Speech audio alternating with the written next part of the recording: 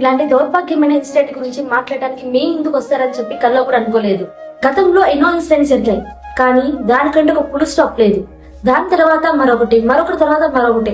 ఇప్పుడు RG Kar medical college లో జరిగిన ఇన్సిడెంట్ మనం అనుకోవచ్చు కోల్కతాలో కదా జరిగింది, మనకేంటి అని. వేరే వాళ్ళ స్టేట్ లో జరిగితే ఒకటి, మన స్టేట్ లో జరిగితే ఒకట, వేరే వాళ్ళ ఇంట్లో జరిగితే ఒకటి, మన ఇంట్లో జరిగితే ఒకట. మన ఇంట్లో జరగదని గ్యారంటీ ఏంటి? ఇతర దేశాల్లో ఇలాంటి ఇన్సిడెంట్స్ జరిగితే అక్కడే నరికేస్తారు, కానీ మన దేశంలో ఇలాంటి ఇన్సిడెంట్ జరిగినా కానీ ఏం యాక్షన్ తీసుకోకపోవడం వల్ల మళ్ళీ ఇది చూడాల్సి వస్తుంది, వినాల్సి వస్తుంది.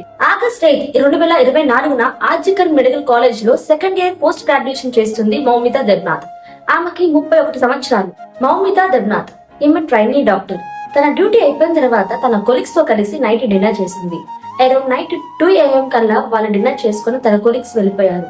ఆమె 36 hours వర్క్ చేయడంతో సెమినార్ హాల్లో రెస్ట్ తీసుకుందామని తను నిద్రపోయింది.